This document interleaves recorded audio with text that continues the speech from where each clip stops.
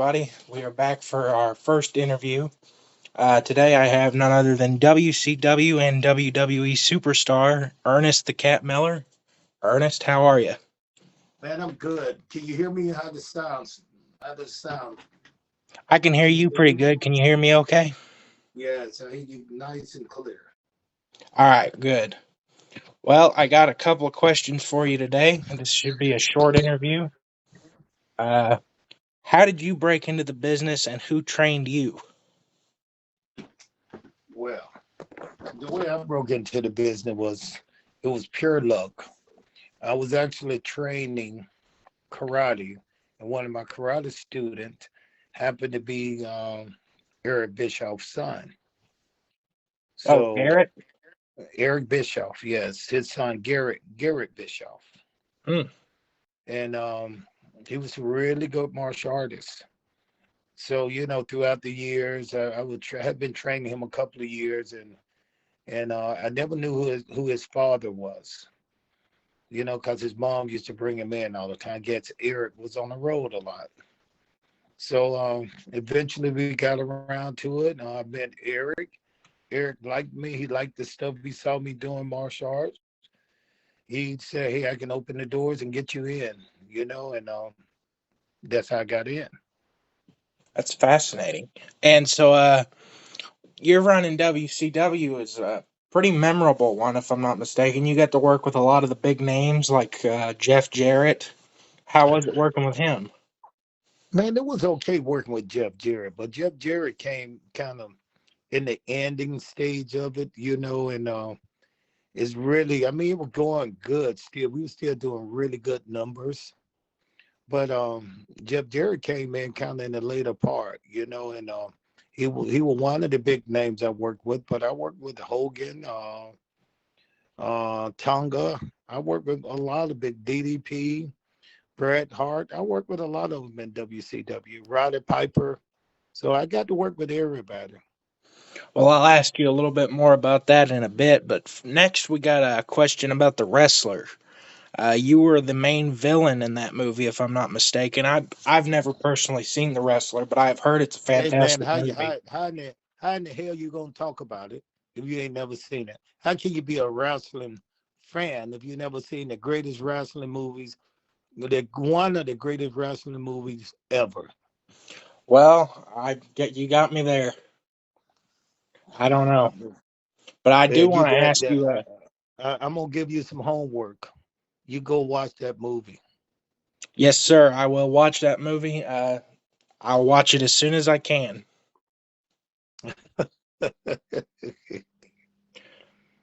But one question about the movie: what was it like working with Mickey Rourke? It's just like working with a wrestler, because Mickey's a tough guy. He was one of the he although he was a big star on set, he didn't act like it. He was just as humble and nice to work with, and a very hard worker. One of the things he wanted to do most is, since being the big star, he had a stunt double, but this guy did not want to use a stunt double. He wanted to do everything himself. He wanted to do all this lucha libre stuff, stuff that you'll see in Mexico from the Mexican wrestlers. He wanted to do all that stuff, and and if he found out was pretty hard, but it seemed like we got a good scene at the end. At the end of the wrestling of the movie, if you watch the scene, it was something we came up with, and it took a while to come up with. We had to go through a lot of different stuff just to kind of narrow it down to what you guys saw or what you will see in the end of the movie. Well, that's fascinating. I'll be sure to check it out. Uh, you've definitely sold me on it, so I'll be sure to watch it. Oh yeah, it was a good scene, man. I mean, we worked hard on it too, and it's so fun. I know it was a lot of other wrestlers in the movie, but I didn't get to see anybody, so I did not know who else was in the movie because once my scene was time for me to shoot my scene, they flew me in on a private jet. They put me up in my hotel. We'll work out through during the day to work through the match, And then we started shooting at night, and I never got to see anybody. I never got to see any of the other wrestlers, because my part was such a dynamic part, and it was a big part. Like they said, it was the last thing that people would see in the movie. And if I did not make it big or make it work, people wouldn't remember the movie. If they couldn't remember the last part of it, they would not remember what happened in the beginning. That's well, I gotta say, you've really sold me on the movie, and Oh, it's a you've good movie. definitely been It's a an good movie. important part of the movie. I'm gonna tell you this right here. The movie is so good that at the end of it, I knew what I was doing, but I didn't know how important that scene was at the end of the movie. And I just remember Darren Aronofsky, one of the top directors around, directing me, telling me, you really got to make people believe you feel this part. You feel for him. You got to give me more. We did the scene. He said, Ernest, you got to give me more. So he kept saying, you, and then he kind of stood over me because it was a scene where I was laying on my back looking up at Mickey, like Mickey was damn near about to kill himself. And I'm trying to talk him down. And, and here I am, like I'm watching my friend die committing suicide by doing something he know will probably kill him. So he kept saying, he said, you got to make people at home feel that you really feel for this guy. Hell, I didn't even know Mickey. So, I really had to pull deep, but with the help of Darren, his direction and his guidance, I felt pretty good about that part. But it didn't really hit home until one of my karate students went to see the movie, and she came back and she said, I watched the movie, I went to see the movie The Wrestler. I said, oh yeah, how you like? She said, I really like it, but it was so sad. I said, was it? Then she said, yes. And she said, I cried throughout the movie. I said, did you for real? She said, yes, I cried. And she said, the part that I cried the most was at the end. I said, what part is that? You made me cry. And I was like, damn, that's great. That was my job, at the end of the movie, to make people really feel for them. And hey, we went all the way to the Grammy, to the Oscars, not Grammy, but to the Oscars. Yeah, Yeah, I do. and we was up for a Grammy too because the music, the uh, the music part of it was up for music of the year or something like that. So it was a pretty good, pretty good turnout for the movie. It sounds like you did a fantastic job. So I got to give you props there, but I will be sure to watch it. My next question is so you were there for kind of the boom period for WCW, correct? If you some people call it a boom, but listen, we had a lot of talent, and I don't think it was a boom. It was, the business was doing pretty good anyway. It would just so happen every network that wrestling was on just happened to pull in numbers. And being on Turner and on TBS, WCW, we were doing some good numbers. So I didn't know at the time it was booming, but I just knew we were doing pretty well. I would hear some of the people talk about Monday nights, how Monday night was such a big night for them. They were watching Raw and Monday Night Nitro, and it was people were really into it. We was entertaining a lot of people, man. I mean, they were driving us hard. We was on the road, man. I was on the road 280 some days a year, man. I hardly ever came home. I bought me a big 6,000 square foot home with a lake, swimming pool, a basketball court. But guess what? I couldn't enjoy it because I was on the road entertaining people. Even when we was not on TV, we was doing house shows. In the house shows, man, we would show up at a house show. I don't know if you people know what a house show is, but I'll tell you, a house show is a place to where we actually get to practice what we're gonna do on TV by doing a live show. It's not on TV. There's no cameras around. It's just a good part of the show where we practice and we go into these small towns and they get to see the match that will probably change a little bit, but not much from what we did on the house show. But every house show, when we will show up and get there hours early before the doors open, it will be a line so long, man, wrapped around the building. I've never went into a house show, WCW show, where the line wasn't a 2 hour to 3 hour wait to get in. Wow, so you guys were definitely doing big numbers. But what was Huge, a kind of a huge. s- what was kind of a sign for you that things were starting to take a turn for the worst for WCW? But WCW never took a turn for the worse. Maybe the numbers dropped a little bit, but think about this. WCW was doing so well that even when they supposedly sent all the big millionaires home, that's all the top guy, Hogan, the NWO, they were supposed to send all the millionaires home, and they just had the new guys, guys that were mid Carters and stuff like that. And guess what? We were still doing bigger numbers than what they're doing today. The show was still doing big number. So to me, I never saw any any any anything that to me looked like the show was falling, the numbers are falling. I heard some things back in the back that certain people couldn't get along, and they couldn't get along. But I never heard that the show was like, okay, the show was really becoming a bad show. I never heard that, until the last day. The show was still doing numbers. We were still competing with WWE or WWF, and we still had fans. The house was still full. The houses were still full. Well, speaking of WWE, you would eventually make your way there in around 2004, I believe. And how do you feel about your WWE run? You know what? That WWE run was nice. I'm gonna tell you the difference. When I went into WCW, I probably had about $2,000 in the bank. When I went into WWE, I probably had about five to 10 million in the bank. So this is what I'm saying.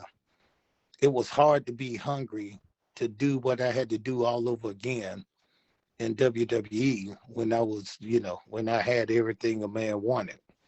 So I wasn't hungry, but I wanted to give it a try because one of the things I wanted to do is I talked myself into doing it. After WCW was over, I was like, I'm through with wrestling. I'm going back to karate, but I got a call from Johnny Ace, and Johnny Ace said, Cat, you should come up here. Vince McMahon like you. I talked to him about you. He like your character. He think you'll fit in up here. And I was like, yeah, but make me an offer. He said, no, we just come up here and do a dark match. He don't know you like that. Just come up here and do a dark match. I'll set it up for you. And so I'm kind of hesitant about doing it. I had my kids. My kids were young. I was home for about 2 years, about a year and a half, and didn't have to work at all. I was still getting paid from WCW. So about 2 years, the only thing I did was do karate, take my kids to school, pick them up, take them to soccer game, take them to basketball game. It was like, practice. It was like just a stay-at-home father. So it was good. So when they asked me to come to WWE, something I've never been, and it was the only thing going, I was kind of hesitant about doing it. And when I got there, I saw why, because it was a totally different world from WCW. WCW, man, it's like you were wanted, you were able to be creative. You can make mistakes and then go back and fix them and do them better the next time. But in WWE, it was almost like, you got to be perfect to get out here, man, because there's so many guys waiting for this opportunity. And here I am. But like I said, I wasn't that, and I didn't do it for money with WCW. I did it because it was fun and I wanted to be good at it. But WCW paid the hell out of me. It made me a rich man. So now here I am to go and start back over and beat myself up again. And then I had enough money. I had a good life. It was pretty hard, but I and eventually I went up there, tried it out, and worked with a couple of guys. And I my biggest guy. People ask me who was the biggest name you worked with up there. It was Vince McMahon. I did a match not with Vince McMahon, but when Vince McMahon came to the ring and me and Tori were doing this skit, came to the ring, and we did a little what they call we got physical with each other. He kicked me in my nuts when I turned around from the back. So hey, who what name in the business bigger than Vince McMahon? Name one person. I couldn't possibly name a name bigger. Yeah. So I got to work with the biggest the right now the biggest name in pro wrestling is Vince McMahon. So when people ask me who did you work with, did you work with Goldberg? Yes. Did you do something with The Rock? No, The Rock was off making movies, but he would come back and make an appearance. But he was doing movies. Stone Cold, he had just went through some problems, I think with his marriage. So he was away doing that. So, I got to work with Triple H and those guys, but it made me feel like I was complete once I worked with the largest name to me in the business, and that was Vince McMahon. Well, to close out this interview, Kat, I would like to do a little bit of name association. Uh, Basically, I've got a couple of names here on a list, and when I say the What names, you what just what what, what did you get the names from? First of all, the names are just some names that I compiled. The people that you worked with in WCW, some people that oh, you may have been friends with, may not have known at all. I can Just tell you right now, if it was from WCW, I didn't like nobody. You understand? I didn't like no damn body. Only person I liked in WCW was the cat. well, there So you go go. ahead, go ahead, go ahead. Put the names out there, though. I'm gonna let you do your job. All right. Well, we'll start with Vince Russo. Vince Russo, man. I really didn't get to know Vince Russo. Vince Russo came in and did what he was paid to do. And he came in to do what he was paid to do. Fuck the show up. So that's what he did. Glacier. Well, I tried to save this kid, but it wasn't no saving him. They put this guy on the pedestal. They put him up high, and they put him in a really big, big, big. I mean, people just don't realize how much went into creating Glacier. Think about it. He had the snow, he had the music, he had the fake eye, he had everything, man. It was to get that gimmick over, it was going to take a lot. And I came in kicking and swinging for the fence just to try to save it. So, I did all I can for Glacier. Lamont. And Lamont was in WWE. He was WWE. in. I couldn't figure out in the world why this kid right here was talented. He was a wrestler who could wrestle. I don't know why in the world they put him in the spot with me that they put him in. We had no connection. I knew nothing about him when we first started. But today we're pretty good friends. And I'm glad, I'm glad I met him, you know. But as a sidekick, it might have worked for some people, but I don't think it worked for me. That's interesting to hear. Sean Stasiak. Sean Stasiak, man. I mean, he was hell of a talent, man. He was just a strange guy, and he was to me, he was a very. I'm a karate guy, so when I meet people, I kind of read them really well. Just like when I will fight somebody, it says, okay, you got 3 rounds, 2 minutes to read this guy, to pick him apart, to see what he's doing, and see what he can't do. So I will read people really fast. And Sean was one of the ones who I read really fast. And to me, he was like a very emotional guy. He had things going on outside of wrestling that was kind of beating him up. And he was a good guy, man. And to see the way he went out and what happened to him, pretty sad. Yeah, it's a shame, but he did manage to salvage a good career. He's a doctor now, so that's good for him. Oh, okay. I was talking about the wrong guy then. I think you may be thinking of Mike Awesome. Yeah, exactly. That's who. How you know? You're a smart dude. Yeah, yeah. Cause I I've been worked into with Mike wrestling for a Austin. bit. Yeah, I worked with Mike Austin. Sean Stasiak was good. He was good. Sean was pretty good. Good talented guy. Very strong. A kid. He's the second generation, right? Yeah, his father was Stan Yeah.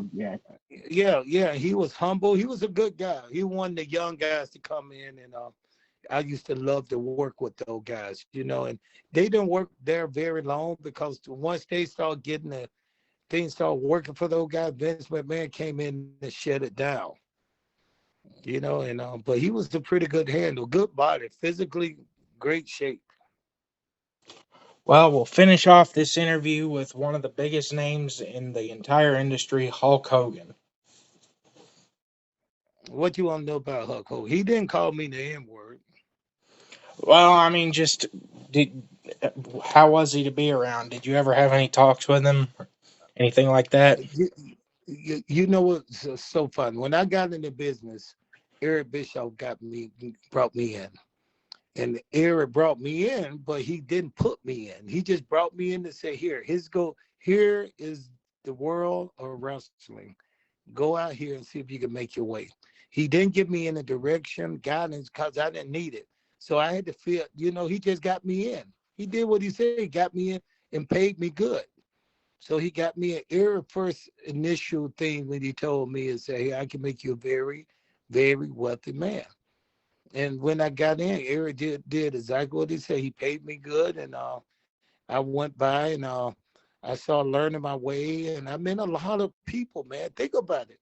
When I was in WCW, you had like our undercard, that our rookies or our guys that was only on the small show were big name guys.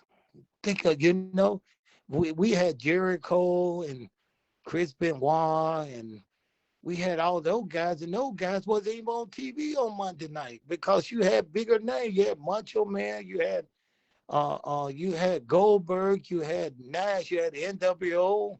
So you had all this stuff going on, and then Nathan, you'll see somebody walking in the back, and I'm like, who? What the heck is he doing here? Is not on TV.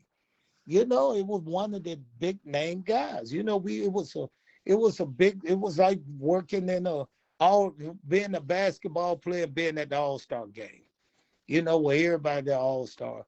So some of the name guys that were working by then, man. And Eric got me in, and all these guys I got along with. Macho Man, Randy Savage, we got along with all the big name guys. I could see Scott Hall, Scott and Nash and those guys and Steiner and all these guys. These guys really got along. Hogan was one of the ones, man, who was very, very, very nice to me. He would ask me if he could help me do anything. He even put a storyline together where he wanted to lose the belt to me. I got to a spot to where I was getting pretty good heat, and Hogan pitched the idea to me and said, "Hey, Cat, this is what I want to do. I want to drop the belt to you, and then, cause you got good heat. He said, I want to drop the belt to you and kind of like chase you to get it back for a little while." And I was like, "Okay, that's good with me." But then when I sat down with the booking committee, Eric Bischoff being on that committee, Eric said, he don't think right now he want to drop the belt to me that early. And it was like me winning the belt on the Monday night and Hogan getting it back on the Thursday night. He said we didn't want to spoil the opportunity that can bring and the heat that can bring in a short period of time like that. We want you to get the belt and keep it for a while. So by that time, these guys were moving their way out of the company too. But it never happened. But Hogan, like I said, what do you think about Hogan? Hogan's always been was always nice to me, very respectful. Him, Macho Man, all of them. They was just really nice to me.